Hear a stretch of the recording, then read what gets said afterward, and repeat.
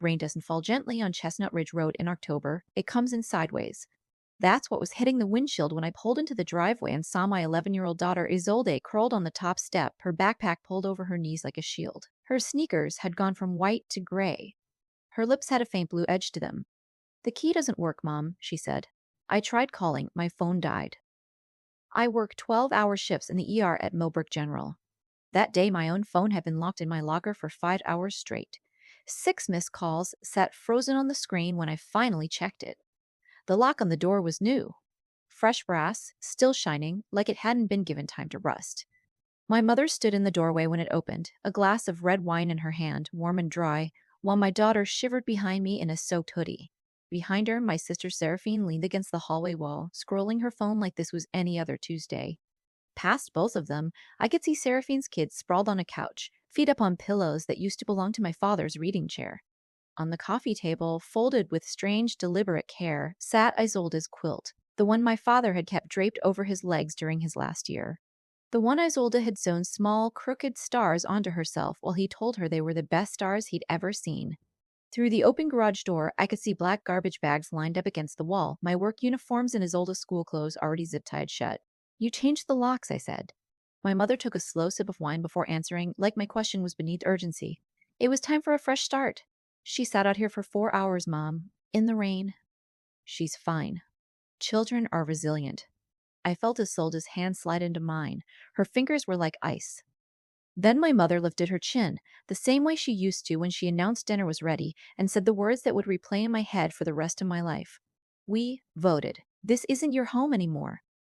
I looked past her shoulder at Seraphine. "We?" Seraphine didn't even glance up from her phone. "Mom and me. It's better this way, honestly. Less tension in the house. Less tension in the house." That was the phrase they used for a child sitting outside in the cold for 4 hours because two grown women wanted the place to themselves. I felt every unspoken thing from the last 2 years rise up in my throat at once. But my daughter was standing right there, watching to see what a woman does when someone tries to erase her. So I didn't yell. I didn't beg. I said one word. "Understood." My mother blinked, thrown off by how calm I sounded. Seraphine's smug little smile flickered, just for a second, like she'd been expecting a performance, and got nothing instead. I turned around, wrapped my arm around my daughter's shoulders, and walked her back to the car without another word. In the rearview mirror, the porch light shrank smaller and smaller until the house disappeared into the dark behind us. To understand how we got to that porch, you have to go back 2 years to the last spring my father was alive. His name was Stellan Calloway, and he'd spent 40 years as a family doctor in this town, the kind who still made house calls long after other physicians had stopped bothering. He was proud, stubborn, and terrible at accepting help, which made the year he was sick almost unbearable for everyone except Isolde, who never once treated him like he was fragile. She'd sit beside him after school with homework she didn't need help with, just so she'd have a reason to be near him. He'd pretend to check her math while secretly falling asleep mid-sentence, and she'd let him, tucking a blanket over his knees without waking him. I worked 12-hour shifts, came home, made dinner, and handled his medications myself because I trusted no one else to get the dosages right. I kept a small notebook by his bed, tracking every dose, every reaction, every small change in his breathing. My mother handled almost nothing that year. She'd sit with him for an hour in the evenings, hand him his tea, and consider her part done. Seraphine visited on weekends when it was convenient, always leaving before the parts of caregiving that were actually hard. The week before he died, he pressed his old silver pocket watch into my hand. "Keep time on things," he told me. "Especially the things people hope you'll forget." I didn't understand what he meant. Not yet. When my father passed, the house didn't just lose him. It lost its rhythm, and my mother lost whatever thin patience she'd had left for pretending things between us were fine. Within 2 months, she'd converted his study into a playroom for Seraphine's kids. New furniture, new curtains. Every photograph of him disappeared from the walls except one, buried in a hallway corner where nobody would think to look. His reading chair ended up under a plastic sheet in the garage, replaced by a bright plastic playhouse that hummed with batteries no one bothered to replace. Isolde and I got moved into the smallest bedroom at the end of the hall, the one that used to be a linen closet. I told myself it was temporary. "Grief makes people strange," I said. "It'll settle back into something resembling fairness." You know that feeling when you've been patient for so long, but the patience itself starts to feel like the mistake. For a while, it did seem to settle. My mother started saving Isolde a plate at dinner again. She asked about her school project, a papier-mâché volcano Isolde had spent 2 weeks building. She even mentioned, almost warmly, that Isolde had my father's hands. I let my guard down. I told myself the worst of it was behind us. That was the week I found the volcano in the recycling bin. My mother said it was taking up counter space. When I brought it up, carefully, trying not to sound accusatory, she waved her hand like I was being dramatic. "You're too sensitive about that girl," she said. "She needs to learn the world doesn't revolve around her." I remember standing in the kitchen after that, gripping the edge of the counter, trying to decide whether staying silent was patience or cowardice. I didn't have an answer yet. 6 days before the porch, my father's attorney, Corbin Ashford, called and asked me to come to his office. I assumed it was routine, some insurance form, the kind of loose end that trails behind a desk longer than anyone expects. Instead, he handed me a thick folder, looked at me with an expression somewhere between caution and relief, and told me my father had made arrangements in his final year of clarity, arrangements he'd asked to remain sealed until, in Corbin's words, the right moment presented itself, and you'll know it when it does. I took the folder home. I didn't open it. Some stubborn, hopeful part of me still wanted one honest conversation with my mother before I needed whatever was inside that folder to defend myself. 6 days later, Isolde's key stopped working, and that hope evaporated somewhere between the porch steps and my mother's wine glass.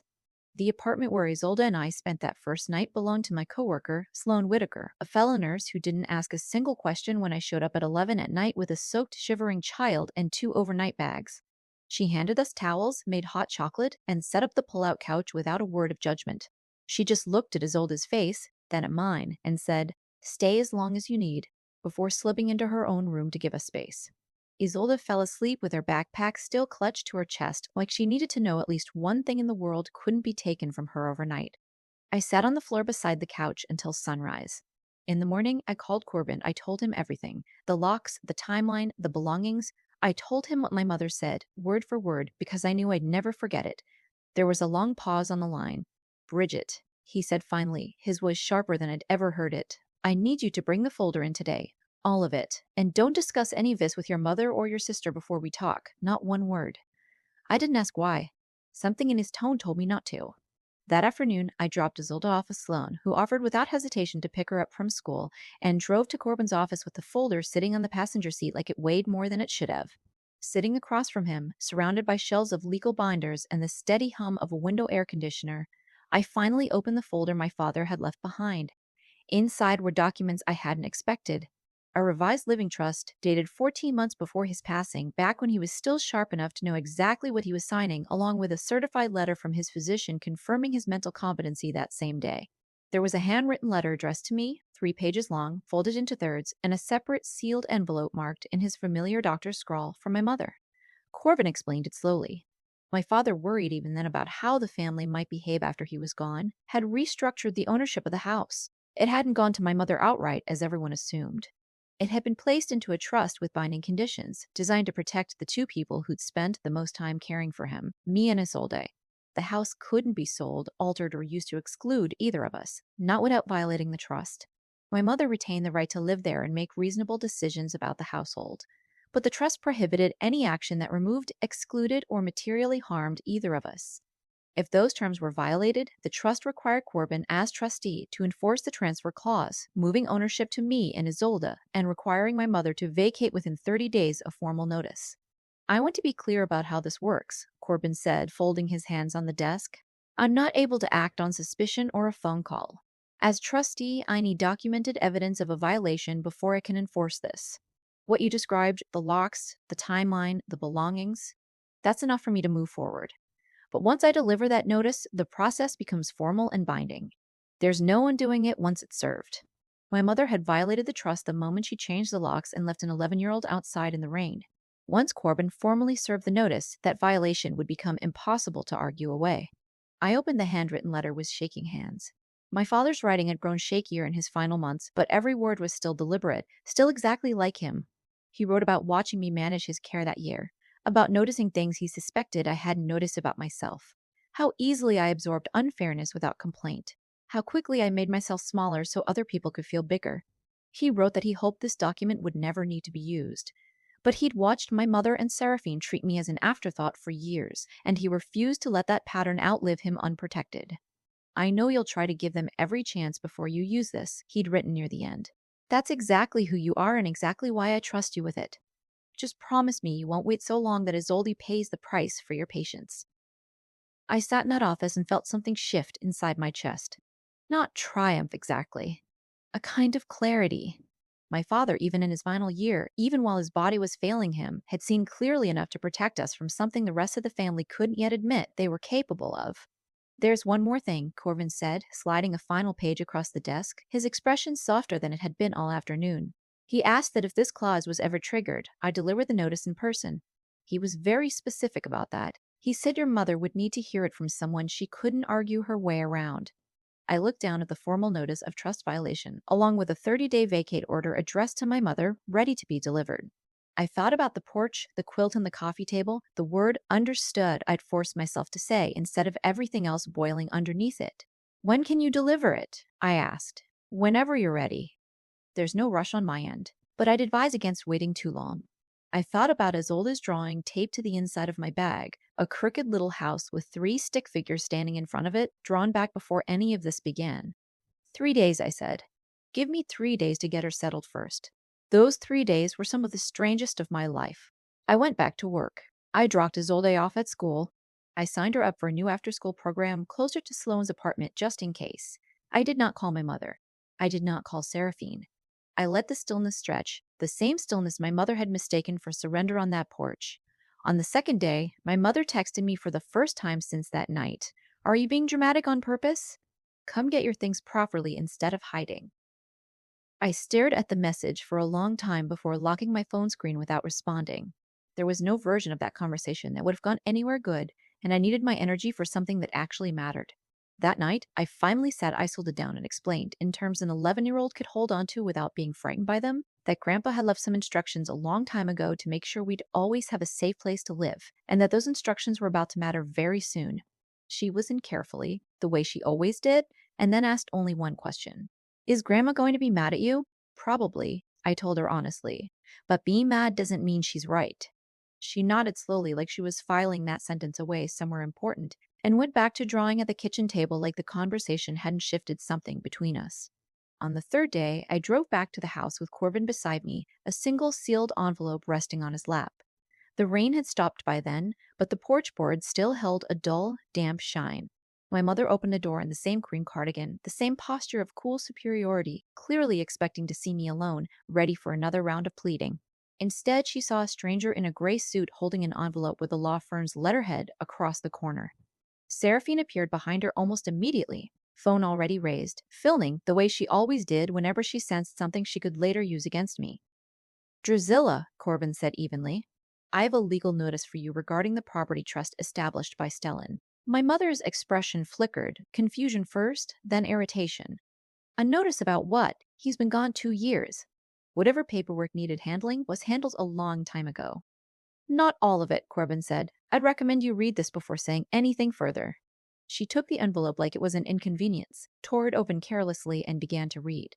I watched her lips move slightly as she scanned the first paragraph, the way people do when they're trying to convince themselves the words in front of them don't mean what they clearly mean.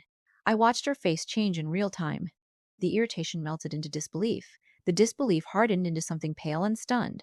Her hand, still holding the edge of the wineglass she'd carried to the door out of habit, began to tremble, slightly, enough that a few drops of wine slipped over the rim and landed on the porch boards, dark red against gray wood. This isn't real, she said, her voice barely above a whisper.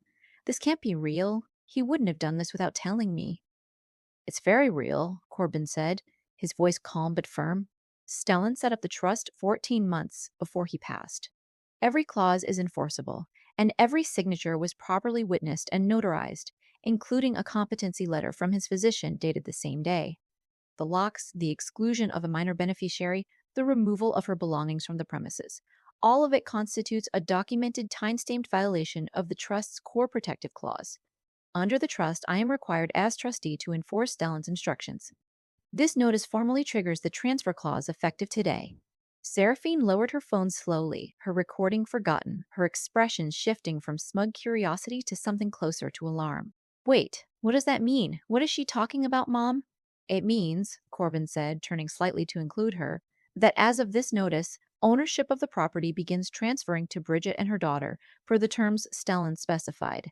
The paperwork finalizing the transfer will process over the next several days, but the 30-day vacate clock starts today, and it isn't something a family vote can undo. The stillness that followed was unlike anything I'd ever stood inside. My mother looked at me, and for the first time in longer than I could remember, she looked genuinely afraid. Not of losing an argument, but of losing something she had assumed could never be taken. You planned this, she said, her voice rising, cracking slightly at the edges. This whole time you knew. You've been sitting on us, waiting to humiliate me. No, I said evenly. Dad planned this. I just waited until I didn't have a choice anymore. I gave you 3 days after that night to reach out, to apologize, to say one honest thing. You texted me to come get my things properly. That was your chance, Mom. Seraphine's mouth opened and closed, searching for words that never came. This is insane. You can't just take a house because of one bad night. It wasn't one bad night, I said, and for the first time since the porch, I let a little more of what I'd been holding show in my voice. It was 2 years of being treated like an inconvenience. And then it was my daughter sitting outside for 4 hours in the rain because neither of you thought that mattered enough to stop what you were doing. Dad thought it would matter. That's the only reason this document exists. Her children's laughter drifted faintly from inside the house, unaware that the ground beneath them had just shifted permanently. I didn't gloat. I didn't raise my voice. I simply stood there and let the weight of the document speak for itself. The same way I had let one word speak for itself on that porch 3 days earlier. Understood, I said again, this time watching my mother absorb the full meaning of the word she had once dismissed so easily. The 30 days that followed were calmer than our family had ever been before. My mother tried calling twice, both times attempting a version of an apology that centered more on her own embarrassment than on the hours Isolde had spent shivering on that porch.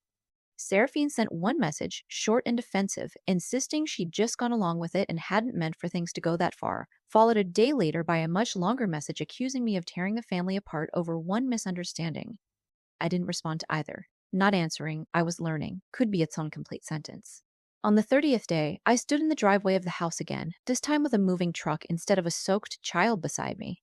My mother and Seraphine's family had already gone, relocated to a rental across town, taking with them the furniture that was legally theirs and leaving behind the rest, including the bright plastic playhouse, still sitting in the corner of what used to be my father's study, unplugged and silent.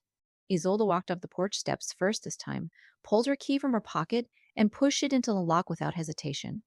It turned smoothly, the same way it should have turned that rainy night months earlier, and the door opened under her own hand. She stood there for a second, just looking at it, like she needed to confirm it was real before stepping through.